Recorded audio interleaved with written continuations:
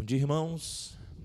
Motivo de alegria estarmos aqui nessa manhã, desse domingo de ressurreição, podendo então cantar ao Senhor e adorar ao seu nome bendito. Nós vamos agora partir para uma reflexão, uma breve reflexão dentro dessa temática de hoje, em que o Senhor separou para que, edificados, não temamos a morte. Pai, Deus bendito e Senhor Todo-Poderoso, queremos te louvar nessa manhã. Queremos te agradecer, ó Deus, pela tua vida em nós, pelo Evangelho, que é o poder de Deus, ó Deus, para a salvação dos que creem. Senhor bendito, oro, Deus, para que essa palavra nos ajude. Oro para que a tua palavra, ó Deus, gere frutos eternos em nossos corações. Nesse contexto em que vivemos, em que a morte nos assombra, em que a morte, ó Deus, brada do alto de sua força. Nós precisamos do Senhor nesse momento, precisamos de conforto, precisamos de consolo, precisamos de coragem. E sabemos que tudo isso, ó Deus, encontramos na tua palavra.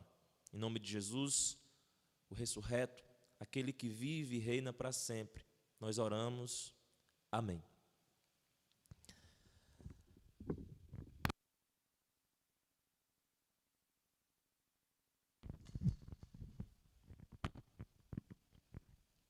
A morte morreu. A morte morreu de morte matada. Nós temos este inimigo desde os primórdios, desde os primeiros dias da criação. Implacável, voraz, sanguinolento, medonho. A morte, encontrando então ocasião no pecado do primeiro homem, entra no mundo. A partir de então, devora exércitos inteiros, aldeias, homens e meninos, ricos e pobres. Ao longo de todo esse tempo, nações e culturas impressionantes tombaram diante do seu poder. Todavia, irmãos, numa terrível e obscura sexta-feira, veio então o fim. O tiro no pé que a morte deu em si mesma, matando Deus na cruz. Ali então a morte selou seu destino. E o maior inimigo da morte então, quem era? Um homem que, visto de longe, era apenas um homem crucificado, abandonado por Deus. Um moribundo, esquecido pelos homens também. Ali estava ele, do alto de sua vergonha, clamando, de acordo com Mateus 27, 46, Eli, Eli, lama sabactani. Ressoando então aqui o Salmo de número 22. Uma oração poética, dolorosa, que significa: Deus meu, por que me abandonastes? Por que me esquecestes? Um homem esquecido por Deus no alto do Calvário, abandonado, tendo então que beber o cálice que não lhe foi passado. Cada gota foi sorvida, cada gota foi bebida. Cada gota daquele cálice que continha a mais ardente das iras, a ira santa do Deus Todo-Poderoso. E ali, então, está ele, abandonado por ser um substituto. Um substituto, então, adequado para nós. Naquela sexta-feira, então, quando Deus olha dos céus para aquele homem na cruz, ele vê o que R.C. Sproul chama de a coisa mais obscena de todo o universo. Ali, ele, como aquele cordeiro imaculado que tira o pecado do mundo, carregando sobre si a iniquidade de todos os seus eleitos. Cada um dos nossos pecados, irmãos, ali então sobre ele. Ele, como nosso substituto, carregando em suas costas a penalidade do inferno. Ali estava o nosso Redentor sangrando, o inferno sobre si, para fazer cumprir aquilo que os profetas do Antigo Testamento haviam declarado. Conforme Isaías, que sobre ele Deus colocaria toda a nossa dor, todas as nossas enfermidades, toda a nossa culpa e iniquidade. Ali estava ele, de acordo com Gálatas 3:13. Gálatas 3:13, em que diz o seguinte: abramos nossas Bíblias, para que então contemplemos essa belíssima verdade, dizendo: Cristo nos resgatou da maldição da lei, fazendo-se Ele próprio maldição em nosso lugar, porque está escrito: maldito todo aquele que for pendurado no madeiro. Ali estava aquele homem que para muitos era então uma maldição, para nós a bênção. Para a morte, provavelmente, Jesus estava ali como mais um dos seus maravilhosos troféus. Todavia, a cruz que matou Deus, matou a morte. O palco sangrento, a cruz, é então o desfecho para um dos mais vis e desafiadores inimigos da humanidade. Ali está então a morte sem saber, cumprindo o mais importante papel da sua jornada. Matando Deus, porque era necessário. Matando Deus porque era necessário que se cumprisse então o que havia sido dito, que Deus levantaria, suscitaria da mulher um descendente, e a partir dele então ele restabeleceria a ordem cósmica.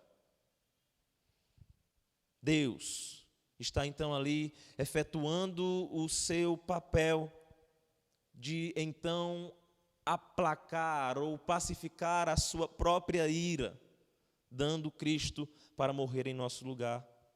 Romanos 3:25 diz o seguinte, Romanos 3:25, a quem Deus, a partir do 24, sendo justificados gratuitamente por sua graça, mediante a redenção que há em Cristo Jesus, a quem Deus propôs no seu sangue, como propiciação, mediante a fé, para manifestar a sua justiça, por ter Deus, na sua tolerância, deixado impunes os pecados anteriormente cometidos. Naquele palco, nós podemos então contemplar um trato. Nós podemos então contemplar um trato judicial em que Deus está aceitando o pagamento pelos nossos pecados. Naquele palco sanguinolento, Deus então está nos recebendo em Cristo. O homem abandonado para morrer fora das portas é aquele que nos garante acesso aos portais celestiais e à sala do trono do Deus Todo-Poderoso. Nesse trato judicial, nesse contexto de um pagamento que está sendo recebido, pelos olhos da fé, nós contemplamos que nós, então, estamos sendo contemplados por essa tão grande maravilha. Naquele exato momento em que as cortinas dos céus estão enegrecidas, por conta da paixão, do sofrimento que o Filho está sofrendo, nós temos espectadores contemplando a partir de suas próprias óticas. Nós temos, irmãos, ali, Pilatos tentando então silenciar um judeu conflituoso. Para os judeus, para os grandes homens sacerdotes de seu tempo, escribas, fariseus, tem-se ali uma tentativa de, gritando, crucifica-o, silenciar, então, um possível impostor, um falso profeta, que não poderia sequer salvar-se a si mesmo dos horrores da cruz. Todavia, irmãos, quando nós contemplamos a partir da ótica de Deus, traçada na eternidade, nós vemos que ali o próprio Deus está silenciando aqueles que nos cobravam, aqueles que eram contra nós em seus escritos de dívida, que exigiam de nós um pagamento devido pelo preço do nosso pecado, um salário para aquilo que praticamos tão apaixonadamente antes de conhecermos ao Senhor. O clamor de crucifica-o também é o clamor das potestades e principados para a humanidade. Crucifica-os, crucifica-os, pois são dignos da vergonha, pois são dignos do rubor eterno, pois são dignos de que baixem a sua face envergonhados por aquilo que então fizeram. Mas na cruz, irmãos, nós temos então o direito de contemplarmos a voz de Deus bradando: calem-se, inimigos do meu povo, calem-se. Hebreus 12, do 13 a 15 diz: e a vós outros que estáveis mortos pelas vossas transgressões e pela incircuncisão da vossa carne, vos deu vida juntamente com ele, perdoando todos os vossos delitos, tendo cancelado o escrito de dívida que era contra nós e que constava de ordenanças, o qual nos era prejudicial, removeu inteiramente, encravando na cruz, e despojando os principados e as potestades, publicamente os expôs ao desprezo, triunfando deles na cruz. Ninguém, pois, vos julgue por causa de comida e bebida, ou dia de festa, ou lua nova, ou sábados, porque tudo isso tem sombra de coisas que haviam de vir, porém o corpo é de Cristo. Redimidos pelo preço pago que expõe aqueles que expunham as nossas vidas, aqueles que nos cobravam, um escrito que era impossível de ser pago por nós. O salário do pecado, sendo a morte, já não é mais um salário que receberemos, porque Deus em Cristo carregou em si esta maldição. Ele próprio se fez maldição para que nós pudéssemos então ser bênçãos de Deus. A morte já não nos assombra. A morte então já não nos assola. Ao longo de sua jornada, a morte então, como uma devoradora, como uma voraz e perspicaz inimiga da humanidade, encontra então em um homem sangrando, em um homem espancado, em um homem dilacerado, encontra então ali o seu pior inimigo. A morte, pensando, então está cumprindo a sua maior vitória. Está ali então, necessariamente, de um modo cabal, completo, decretando o seu próprio fim. E é isso que nós celebramos hoje, em que os filhos de Deus não devem temer a morte, porque ela não é mais um empecilho, ela não é mais aquele inimigo tão temeroso, tão desafiador.